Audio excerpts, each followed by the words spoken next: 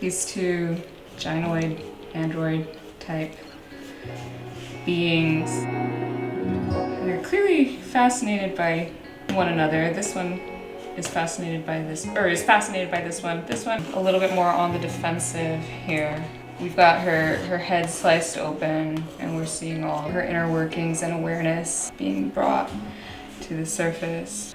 This one is sort of blinded by love and wanting to connect and understand this interior aspect.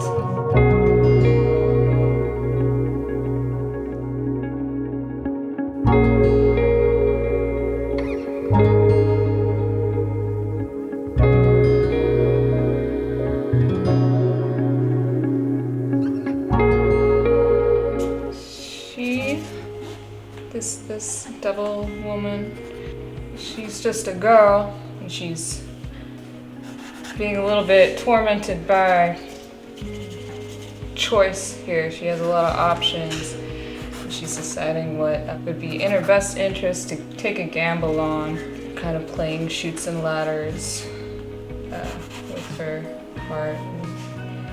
It can be so hard when you're in a world of opportunity and limitless convenience. There's abundance in this world, but there's also people and connections are more precious, I believe. This one's kind of about navigating the idea of disposability, the illusion of disposability of people, I guess. And also it's just really risky to let people in sometimes, you never fucking know. So I don't know, she's very cautious and a little put upon.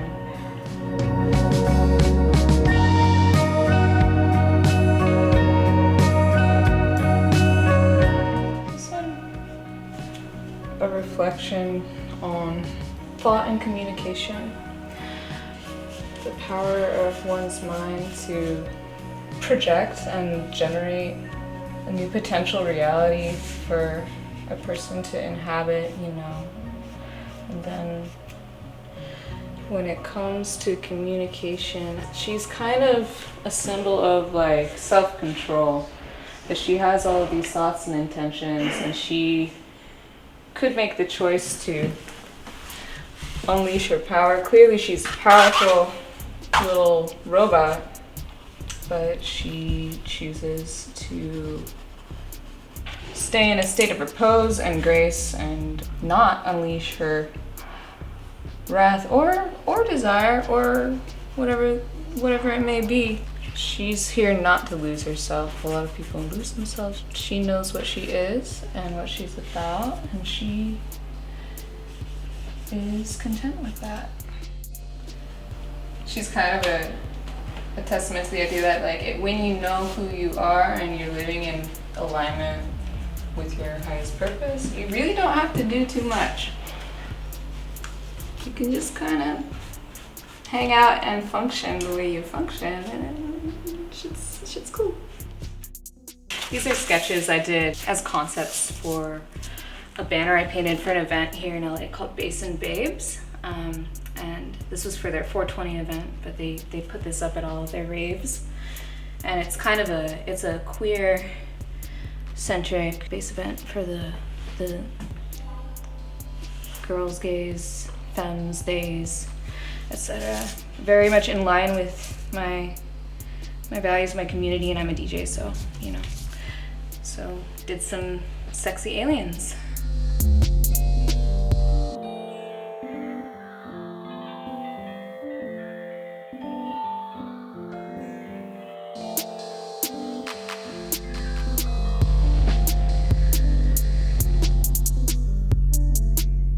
This is a guardian figure. One of my favorite things to paint is big guardian figures. I'm very inspired by ancient temples and mythologies. I love the Lamassu, I love the idea of the Sphinx, and I think this one is something of a Sphinx Chimera.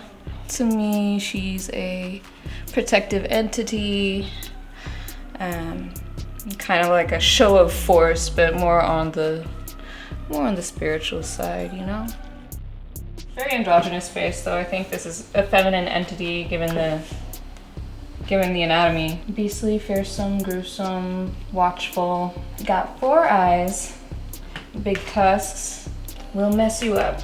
I put eyes in the wings as kind of a nod to angelic imagery and awareness, reminiscent of animals that have patterns on their bodies, biomimicry going on to deter predators. We got wing eyes.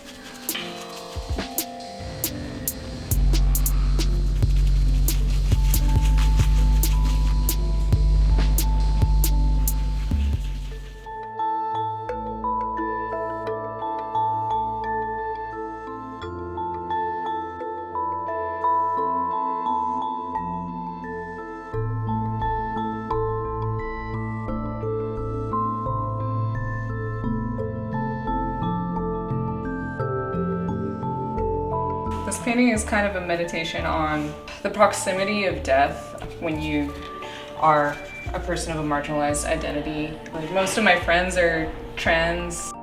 It's not always safe to be like us, depending where you are and when you are, and it can be really hard, but you have to kind of become familiar with death and grief in a way that I think a lot of people who aren't on this side kind of are shielded from, fortunately for them. But you know, it's just a part of life and love and loving. So this is, you know, making peace with that.